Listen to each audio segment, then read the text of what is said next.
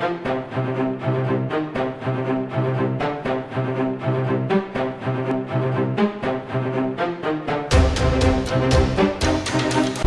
nez.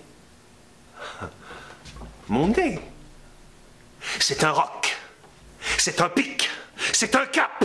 Que dis-je? C'est un cap. C'est une péninsule. Je suis Cyrano. Puis vous savez qu'un triangle comporte 3 points. Hein? Alors, voici la 3e point. Du triangle amoureux, moi je vais jouer Christian, qui est un jeune baron amoureux de Roxane, comme Cyrano. Alors on est amoureux de la même femme. C'est moi la chanceuse. Oui. Mais la chanceuse, elle aime les hommes beaux et intelligents, avec de la verve, du courage et tout et tout. Donc elle aime l'extérieur comme l'intérieur. Alors nous, ce qu'on va faire, c'est pas, et c'est Cyrano qui l'a dit, c'est qu'on va s'unir pour séduire la même femme. C'est ça qui est intéressant. Je fournirai la beauté et il fournira l'âme. Puis, il faut juste rappeler qu'il y a juste le Bray qui est au courant que je suis amoureux de Roxane, mais ça, c'est secret. Oui, oui. Donc moi, je suis le poète, l'aventurier, le guerrier qui a toujours les baguettes en l'air pour exprimer l'émotion, pour exprimer cette joie de vivre. Mais dans le plus profond de lui-même, il n'aime qu'une femme, et c'est Roxane. Ce qui est extraordinaire, c'est qu'au début, Roxane, au départ, va être charmée par la beauté.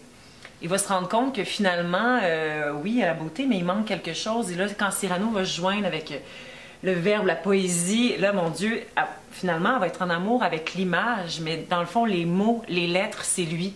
C'est un peu ça, ce triangle amoureux, c'est aussi le drame de chacun des personnages. Ouais. Le drame de, finalement, Christian vient un drame, Cyrano en vient, et Roxane aussi, c'est comme si, finalement, elle pensait aimer un homme, mais c'est pas lui, et elle perd les 2 hommes à la fois dans sa vie, qu'on va voir au cours de la pièce, donc... Et pour Cyrano de penser qu'elle aimerait l'homme de sa vie, même laid.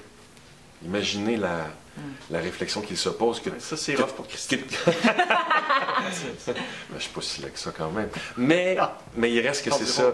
C'est une pièce... Puis, bon, on va juste mettre quelque chose au clair. Oui, il y a les alexandrins. Oui, c'est une langue parlée de façon un peu plus particulière, mais le texte... Puis je ne porte pas de préjudice, mais c'est simple, dans le sens que c'est l'humanité, c'est l'amour, c'est l'absolu, c'est de transmettre le sentiment amoureux de la plus belle façon. Il y a de l'action, c'est une pièce d'une sensibilité, d'une nécessité à l'époque où on vit.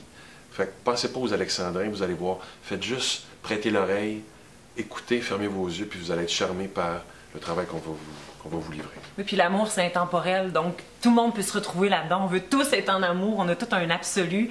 Donc, c'est à travers une langue absolument extraordinaire. Pour moi, c'est un des plus beaux textes en alexandrin. Donc, de le ramener à quelque chose de contemporain le plus possible, en regardant l'aspect époque et tout ça. Donc, je suis certaine que tout le monde va se retrouver dans la pièce. Puis s'il y a des gars qui disent « Oui, t'es haute », non, attendez les gars, ce sont des soldats, ce sont des hommes fiers, ce sont des vrais, qui s'installent puis qui revendiquent des choses, tant Christian que Cyrano, donc il n'y a aucune possibilité que vous ne trouviez pas votre compte là-dedans. Au contraire, ces gars-là, c'est des gars plus grands que nature, qui transmettent l'amour, puis c'est honorable et valeureux d'être amoureux. Il y a aussi beaucoup d'humour en plus. Oui, il y a vraiment des valeurs très masculines dans ce show-là. C'est des soldats, comme il dit, c'est des hommes qui ont des valeurs de courage, de noblesse. Puis c'est vraiment beau ce qu'il y a là-dedans. C'est pas des lâches puis du monde un petit peu heureux. Non, c'est des gens qui vont à la guerre, puis nous, on connaît pas vraiment ça. On n'est jamais à la guerre, mais vous allez voir les gars que c'est des gars qui l'ont dedans. Je dirais même Roxane, c'est ça, je m'en disais, même elle, qui est une précieuse, qui est une grande dame au départ, va vraiment évoluer beaucoup dans la pièce. On va découvrir une guerrière, une féministe à quelque part avant son temps. Des choses, oui, puis qui va au front, puis qui dit moi aussi je suis capable. Donc c'est ça qui est beau, c'est de voir l'évolution de chacun des personnages. Au cours de la pièce, vous allez adorer, c'est sûr et certain. Venez nous voir.